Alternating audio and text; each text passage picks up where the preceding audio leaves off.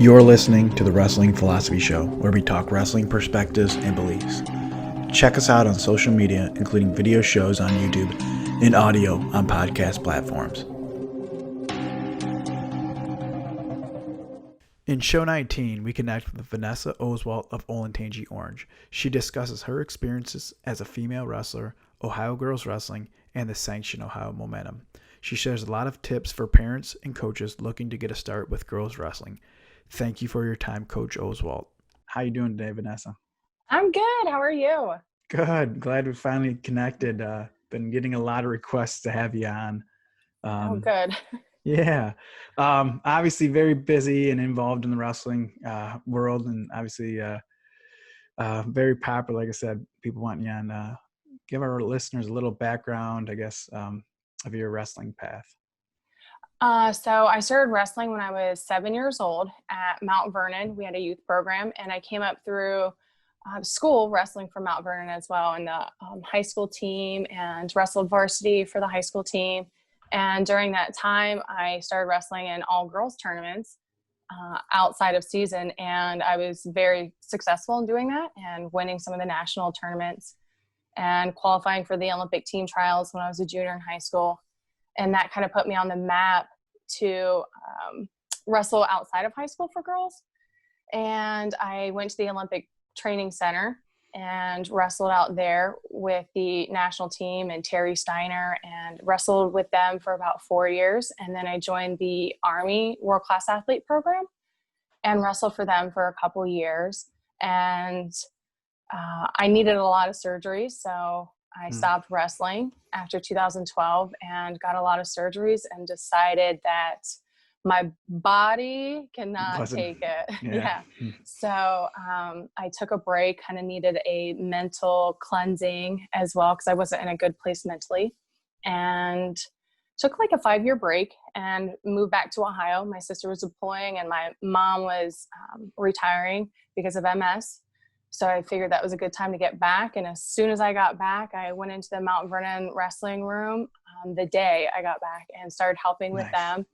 Helped them for a couple of years. And last year, I think it was my second or third year helping with Mount Vernon, and Brian Nicola reached out to me, and because I've been doing some girls clinics and he was having some open practices. So I started going to those open practices last summer and felt like that was a place I needed to be. And he kept harassing me that I needed to join his coaching staff and really help out there. And so I decided to, Mount Vernon agreed I could split my time between Mount Vernon and Olentangy. So I coached at both schools. Oh, wow. Olentangy Orange. And so I extended myself too much and decided, yeah, it was exhausting. Like, I seriously didn't have a day off. So when COVID hit, not that I was happy, but I was like, I can relax. And so I decided this summer that I can only do one school, and where the girls wrestling is where they need me. So nice. No, that's awesome. So you're you mentioned COVID. You're in Port Clinton, right? Yes, relaxing up there. Yes, I got this cabin. I started renting it this year, and didn't know what to expect. Didn't know how busy I was going to be, and I had to commit last fall. And it worked out perfect because we were sent home to telework. So I was like, well, I'm coming up to the cabin. Yeah. You have any favorite spots up there? I really don't leave the park too much that I'm here. I always go over to East Harbor State Park and ride my bike or go running. And I'm right on the water, so I go kayaking. My parents have jet skis and a boat, and they're right across the street from me. So cool. Nice. I'm constantly active. Yeah, cool. Talked about Coach Nicola. We recently had him on the show, and talk a little bit about coaching with him. Your approaches and how you guys work together. Yeah. We are the I feel like we are the perfect team. He is I'm very new to coaching, right? And he does like a lot of the administrative stuff, and so then I focus on coaching the girls. And I would come down a couple days a week, and he would coach them the other days. And but when it was my practices, it was only us in the room. It was only us and the girls. And when he had them, they would mix them in with the boys practice, because maybe some of the girls wanted to practice with the boys still, you know? So we kind of gave them that outlet. And so he is an amazing person. He understands coaching and the need for girls wrestling and how to grow it. He has that knowledge already, where I'm still very new to how everything operates, right? So we have been an amazing team, and the passion that we have for growing girls wrestling. Like, we have two different areas. Like, I can reach out because I'm a female, and people see a female coach and they're drawn to that, where he has a lot of the resources. He knows a lot of people. He knows how to go about different things, and he's able to work that side of things. So it's been a great experience. No, he seems like a great guy. Like I said, I just had him on. Sounds like you guys obviously have a good approach. Obviously, second in the state last year, right? The girls' state. Yeah. That's awesome. And we had 20 plus girls on the team, so that's awesome. That's really cool. Oh yeah. Speaking of girls wrestling, talk a little bit about the Sanction Ohio and what you guys are doing with that. So last season, or I should take it back even further. Two seasons ago, I took a couple years to kind of figure out where girls wrestling was at in Ohio. I didn't know where I should fit in. I didn't want to step on toes, so I took a couple years. Finally, I reached out to Dom DeSabato, because he was the president of the Coaches Association. And I was like, Dom, how can we get girls wrestling sanctioned? And he goes, I have the perfect idea. He goes, let's do a state tournament. He's like, we start with a state tournament and we go from there. And he was like, can you get some girls, coaches, and parents together so we can come up with some ideas? I'm like, I got the perfect crew. The Shores, the Castros, Jeff Martin. I had the Gilmores in there. And then Dom and Dean. They were both in there. And so we came up with this game plan. How are we going to get the girls' state tournament going? We got that set, and I shouldn't say we, because it was the Coaches Association. They announced the state tournament, and the numbers in Ohio more than doubled. So there was about 275 girls from the beginning season. And last year, the numbers doubled to over 400, I think 450 girls we had. So wow. Just announcing that, giving these girls there's an opportunity. So Brian, Nicole, and we are constantly pinging ideas off of each other. And same with Sean Andrews. He had a girls team at Marysville, and he's a part of the Coaches Association as well.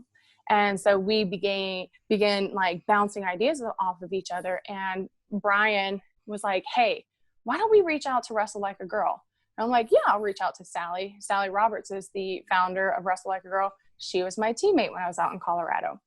So I reached out to Sally. Sally's like, let's get a task force together. Nice. And I'm like, okay. And she was like, come up with, different coaches, college coaches, administrators, athletic directors, parents, just like a number of people to come on this task force. That way we can brainstorm and come up with different ideas how we can really do an outreach to parents, to coaches, to girls.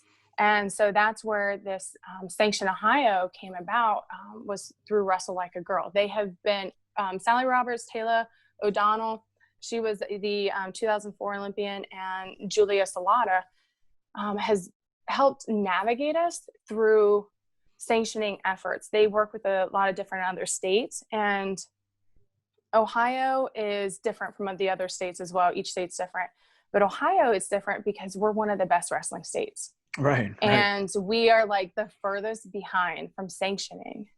It seems like when we spoke to them last year, for being such a great state, we're so far behind.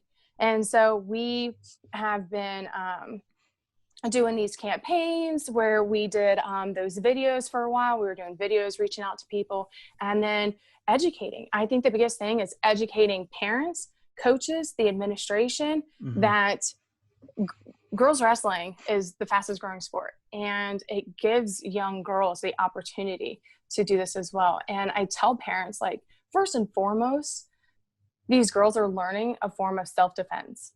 Women Right. are just so vulnerable in real world and out there. And so to be able to learn this form of self-defense is going to, I feel like it's going to give them a sense of confidence and their own sense of security as well. Right. But anyway, I'm going on these different No, tangents, you're right? good. You're good. You're good. But yeah, so we're still working on sanctioning Ohio. This year we were told, or a couple months ago, we were told basically that Ohio High School Athletic Association is not adding any sports this year because of COVID and Right. the financial losses that they have taken. So now it's like, all right, we need to continue focusing on how we can grow. And it's looking like maybe we can sanction the next season. Right. Right. No, that's good. Yeah. I mean, you guys obviously did a great job this last year with the girls tournament, and, doing it again, obviously doing it right is, only going to get, more momentum behind it. And, Yeah. and now you're go ahead. No, go ahead. So you're on the Coaches Association as the women's representative, right? The girl, or Yes. what's your title there? Okay. Just the girls representative. Okay. So when you you just obviously just stepped into that, but when you pass the torch on from that, where do you want to see girls wrestling in Ohio? Well, really where I want to see them, obviously, is being sanctioned. And then I think looking at it to where we have, whether it's 1, 2, or 3 divisions, because once states sanction, their numbers continue to double almost every single year. So in, next year, we're looking at having hopefully 800 girls. And that's not even sanctioning it. That's just giving them the opportunity, getting that word out there. So then in 2 or 3 years, we're looking at 1,600 to, probably 2,500 girls. Right. So teams just getting coaches on board, seeing the value in girls wrestling and how it helps wrestling as a whole. People are saying, oh, girls wrestling, we don't care about it. We're the reason we're losing programs. No, the college is the reason why you're losing programs is because of the administration. Because instead of looking at how can we cut funds, how can we add and be in compliance with Title IX, add a girls team. Right. You already have the mats, you already have the facilities. You just need to add another coach. Right. So I don't know. No, Going on another tangent. That's a great point. I just had a Coach Beechler on Ohio Northern, and he's obviously been around the sport for a while, and he talked the girls wrestling side of it. His concern is maybe not having enough coaches. Yeah. So what do you say? I know coming up, I want to put it out there, right? The Virtual Ohio Coach Association, but coming up October 24th and 25th, and you'll be on there with Dom, correct, and Brian. Yeah, Brian and I will lead the girls session that we have. Cool. So anyone looking to kind of learn more about the girls, you can get in, log into that, the Coach Association. I think it's only $50 and you get all the sessions. But what would you say, not to, obviously you're going to have a whole session on this, but, talking to coaches out there that, are kind of on the fence or whatever it may be, what are some tips you have or suggestions? So the way Coach Nicole and I went about it was we tried to align our boys tournaments and add a girls tournament to it. That way your team is already going to the tournament and you can add your girls to that side. Your coach is already there. Your and the same way buses, everything, right? I mean, yeah, exactly. And so this year, I don't even know how many tournaments we have. Last year we had 4 and we have more than, I think we have about 10 tournaments, girls tournaments, that hopefully will go off. But that's what our goal is, to just align. That way we can make it easy because we are hurting for coaches, right? We also look at adding coaches where you have a team mom.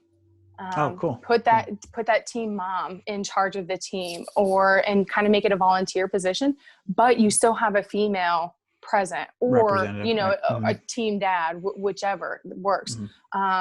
We also look for female administrators in the school that could help out. We look for, or we have asked sisters of wrestlers.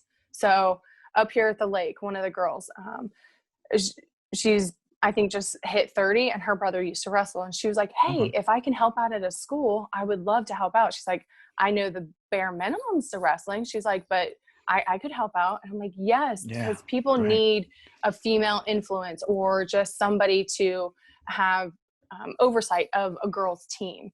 Right. So that's what we ask, moms, sisters, Right.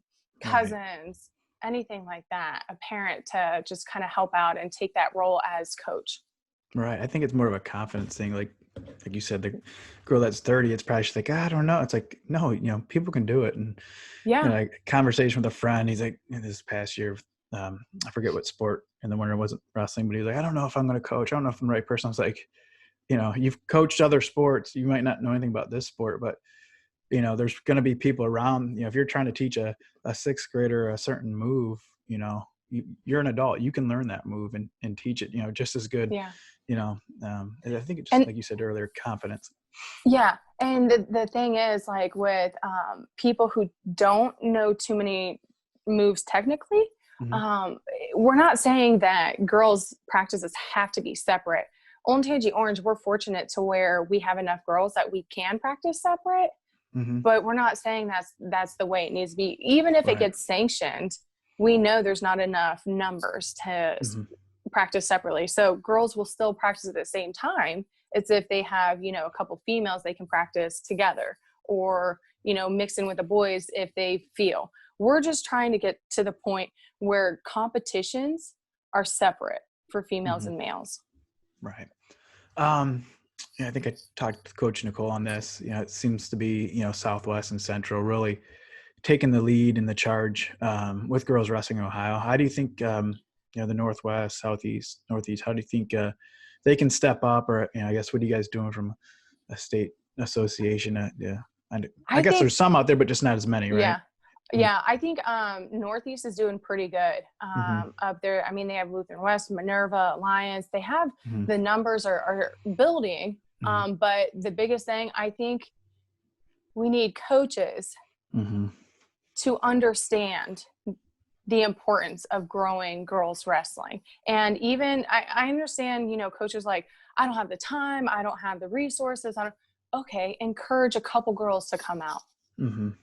That's how we grow it.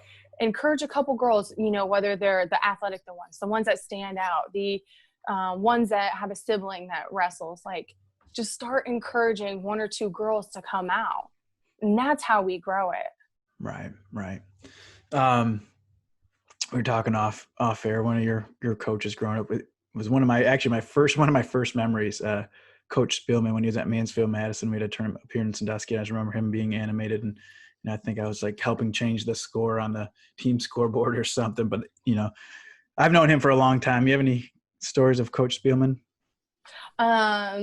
We had talked about this previous, but my first time ever meeting him, my mom, she worked out at the base of the 179th, and she had heard there was a group of people going to Las Vegas for the senior nationals and junior nationals, and they had the women's competition out there. And so my mom got a hold of Jim Spielman and was like, hey, can I send my daughter out there with you? And sure, just book her a flight and I'll have a room for her and everything.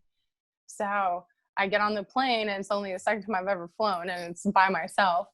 And I'm coming off the escalator, and I call Jim. I'm like, hi, Jim, this is Vanessa. I'm coming down the escalator. He's like, do you see the guy waving? I'm like, yes. He's like, that's me. He's like, I'll grab your bags. So he ended up coaching me. He was officiating out there, and then he had a few guys that were coaching. And so he had jumped in and started coaching me during the tournament. And he really took me under his wing, and I ended up qualifying for the Olympic team trials in 2004. And so from there on out, he's like, you're coming to my practices. I'll be there. Yeah. And so, I mean, it was great. I drove 45 minutes at least 3 times a week to go work out with him and Josh and Colt Sponseller. And Oh, cool. Yeah. So we worked out a bunch. That's awesome. No, he's definitely passionate, and he's a good guy for the sport. Real quick, obviously, Olentangy Orange, Coach Nicole touched on that, but I guess, what do you guys think your philosophy is, and what makes it different from the other girls programs in the state? Um, oh, what is our philosophy? Mm-hmm. I don't know if we have a philosophy, but just Okay. that understanding. Like Mm-hmm. when we're in season, we're for our team, but outside of season, we're trying to grow it as a whole. Last year, we did open practices for any girl interested. We would do like a 45-minute technique session, and then we would break it out to an hour to an hour and a half of just going live. And we had so many coaches that would come in and help out. And we have been like this point of contact for other coaches. Like, how do we do this? And we've been trying to come up with a marketing plan. How do you recruit girls? How do we educate the coaches and the administration? We have just been hard charging on Mm-hmm. how can we get this message out and to educate people. So I'm not sure if that's so much a philosophy, No, but the that's way good. we are going about it. Right. No, it's definitely doing the right thing. That's awesome. Mhm. Ask, few guests on here, what's their fit, what would be your entrance song, national finals or whatever it may be. Do you have like a favorite song or a song you have Oh on my gosh, you're in the room? I am addicted to Queen. So if I Queen? had a Nice. yes, if I had Nice. a walkout sound, it would be "Don't Stop Me Now." Don't stop. Yeah, that's a good one. Nice. Yeah. Nice. Do you play that in the room, or what do you usually have playing in the room? Oh gosh, what I play in the room, the girls hate. I Yeah. like to listen to kind of like techno Okay. type music because like the upbeat, it'll make you like, I don't know, it just gets the pace going. And they want to listen to like, I don't know, stuff that has words that I can't be playing. And I'm like, no, no. Right. Right. So I always play my music and they're like, oh gosh. Yeah. I'm that old guy too. Like, now you're not old, but I'm that old guy too. I'm coach at a Catholic school, and got to keep it clean, guys. And and it's like, I mean, you mentioned you were on the road a lot. You had Mount Vernon and all the way to Olentangy Orange, and right. You recently you drive back or you fly back? You just finished training, or what was it down Oh, south? so I was down in Biloxi, Mississippi for a military school. I was down there for a month and I drove down there and I had to quarantine for 2 weeks prior. Mm-hmm. So that's why it was a month long. And then when I was down there, a hurricane came through. We had to Right, evacuate. Then I went back and man. then got my school started. And then I drove back. And as soon as I drove back, I came up to the lake and relaxed for the weekend. And then Nice. Pursuit Wrestling, they're doing free Yeah, I've seen that. sessions. Yeah, they're That's doing free brand new, right? sessions. They're starting a new club there, and they have Monday, Wednesdays are for girls, and it's free. And so I made sure to get down there and help them out with the sessions, and hopefully help them out as much as I can. I mean, that's what I try and do. I'm like, Mm-hmm. if I can make it possible, I will help you guys out in any way I can. If it's showing up to a practice or helping out Right. with resources, like And that's about a I 2-hour will. drive. Yeah. Yeah. Mm-hmm. So Yeah. what do you usually? What's your ask Neiman, Mark Neiman? He's a nut, Central High guy. But I what's love your it. road? What's that? I said I love him. He is a energetic to say the least. Oh, for sure. He's great. I love his energy. What's your road fuel? I asked him. He has a good answer. What do you like to have in the car or the bus rides? Like to To eat or listen snack to. on or anything, or to drink? He's like, I don't even drink coffee. He was going on and on. He's, I don't even drink caffeine. I'm like, holy cow, man.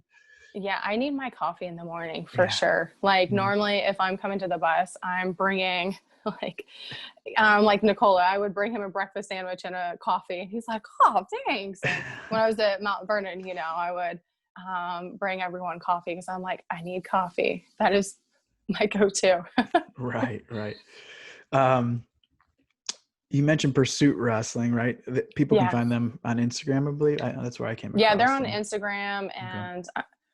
and Jake Ryan, and he had reached out to me about it, and he was saying he was helping run it and asked Nice. for girls that are in the community because I think they're doing a boys side too, but Cool. obviously my focus is girls now. So, Right. No, that's good. That's good. yeah. Any other, speaking of social media, any favorite files you have that people may not have heard of? Well, I like to follow Julie Salata. She has Hmm. been, her and Sarah Hildebrand, they speak their mind, and I think it is very beneficial for the girls wrestling community, the way they can speak their mind and fighting for women's rights and equality. I Hmm. just think those two, and Sally Roberts is like, I mean, she's the founder of Wrestle Like a Girl. If you Right. see girls wrestling, you typically see the phrase wrestle like a girl, and that's Sally. She has really branded and grown the sport of girls wrestling. So those are the people I like to follow Yeah. Cool. on Cool. Twitter and Instagram and all that. All that fun stuff. Right. Mm-hmm. Um, you have anything else? Any suggestions who we should have on, or any questions Yes, or anything you want to talk about? I think you guys should reach out to Takara Montgomery. She was I'm the gonna write this down. I'm listening. Carla? she Takara Takara. Montgomery. Okay. Yeah, Okay. she wrestled in Cleveland, and she was on the 2004 Olympic women's team, the first Olympic team. Okay. She coached at Cumberland Okay. and wrestled there. And then she also coached at Lindenwood, the women's team there. I think she has, because back then there was only, I think, a handful of colleges when I was coming out of high school. There was only a handful, maybe 7 that I had to choose from. And she was Mm-hmm. down there at Cumberland, and they have just really been at the front of Mm-hmm. growing the sport. So I think she would be a great one. And also Jem Spielman. Oh, that'd be fun. I think I'm gonna, like I think I mentioned, I'm gonna have Gavin on here soon. So Takara Montgomery. Yeah. Okay, cool. Yeah, Yeah. I'll have to track her down. That's awesome. I can send you her Um, contact. yeah, no, yeah, if you could, that'd be great. Anything else you have for us? Anything else you want to talk about, or? No, well, I mean, I just want to make sure coaches understand that don't be afraid to coach girls, and Mm-hmm. just providing these young ladies an opportunity is, it's going to be amazing. Like, I think it's just amazing that, because when we had the girls state tournament and there was so many coaches that I knew back in my day, they were against it. Mm-hmm. And to see them there, and so many of them coming up to me, and it was like, I get it. Like, you can Mm-hmm. feel it in the atmosphere. This isn't just a girl state tournament. Like, this is, to the girls there, it is a state tournament. Mm-hmm. And you give them this opportunity, they're going to grow. And, you know, it's just, I don't know, I hold it to myself because I'm like, it is my job to make sure that these girls are provided that opportunity, because back in my day, you know, Mm-hmm. I was one of few that were out there, and to where we go to tournaments and I wouldn't get a locker room, right? Oh, I'd have to, geez. or, you know, I'm the last one to weigh in because you're a girl and you have to wait until you're to the end. And so I want to make sure that the females, that they have this opportunity. And think about how many dads only have girls, right? And they Right. want to No. Yeah. share that, those moments with their child, whether it's a girl Mm-hmm. or boy. But I understand when parents and coaches are a little skeptical about a female wrestling because you're having to wrestle with boys. That's why it's so important to grow it. And I say, you know, coaches reach out to a couple of females. That way they can have each other to practice with if Mm-hmm. someone's uncomfortable, Right. or, Right. you know, if anybody has questions, just like reach out. Like Right. I will respond. That brings up a question. Okay, everyone talks about the, you know, wrestle like a girl, or Sanction Ohio and everything. Obviously, there's the coaching side of it and the recruiting and getting girls to try it. I haven't heard much, and I just may have missed it. But parents, what do you say? I guess your experience, or what do you say to new parents to the sport? Because a lot of these parents are new, maybe new to the sport. They may never wrestled. So you take the sport of wrestling and then being new to it altogether, in addition to girl, like you said, you didn't even have a locker room sometimes, and the things they got to go through, and it's such a foreign sport. Can you talk about that a little bit? For parents, like I said at the beginning, think of it as your child learning a form of self-defense. Mm-hmm. That's what I tell every parent to start Mm-hmm. with, and to go through it. And I encourage females who, they don't have other females on the team to get your friend or to get another person. That way, it makes you a little bit more comfortable going into this foreign sport, and your parents and the coaches. That way, and once you get, like, our girls at the beginning, they didn't want to practice with the boys at all. And then they got that little bit of confidence, and then they felt like, okay, we can, do some drilling or, go a couple live matches with the guys. And that's what, do it at your comfort level, but try and get, your friends to join. That way you guys have each other to bounce off of too. And if you don't have a female that wants to go, like, try it, just try it. Yeah. What do you, recently had Jody and Scotty Burnett and their daughter. They put her in the freestyle state tournament, first tournament. They didn't tell her her state, but she tried it, didn't like it, and they're like, at least you tried it. I was pretty blessed with a great parent combo, in the sport and obviously outside of the sport. Anything you took away from your parents and how you approached wrestling and how you approach it now? So I started wrestling when I was younger, and my brother, he was, my kind of like influence, in the household, because my parents never wrestled. And, he had started coaching me, as well in the off season. And so then when I was in school, my dad took over, we started a girls program, and my dad took over the girls side of it, him and another parent, with not even knowing anything about wrestling. So, I would help, excuse me, I would help do like the technique and stuff. And then they would like run the practices. Cool. And then, you get through life, and sorry, I'm about to cough. I got something in my throat. I'm sorry. You like get through life and you look back. I never appreciated what all my parents had sacrificed for us. I see it now, and I'm just so thankful and so grateful that they have taken on. Oh my gosh, I'm about to cough. Sorry. And now looking back, they never were vocal, but what I get from them is have pride in what you do. And it's never something that they talked about, but it's something by actions. And I didn't really pay attention because I was probably that bratty kid that was like self-absorbed and like, I got to go to these tournaments, but now looking at it and seeing how my dad operates in his work life, and my mom, how she was, take pride in what you do. No, that's definitely a good message. Well, thanks for jumping on with us and taking the time. I'm glad we finally connected. Like I said, a lot of people are asking, and want to share your story, and a lot of people I think need to hear it. So yes, like I said, anyone has questions, please reach out to me. Yeah, what's the best way to reach you? Oh gosh, I'm on Twitter, I'm on Facebook, I'm on Instagram. So you're on them all. Okay. I'm on them all. Okay. I don't like to be on them right now, but I am on them and I will respond. So questions, just reach out. Awesome. Thanks for your time. Thank you.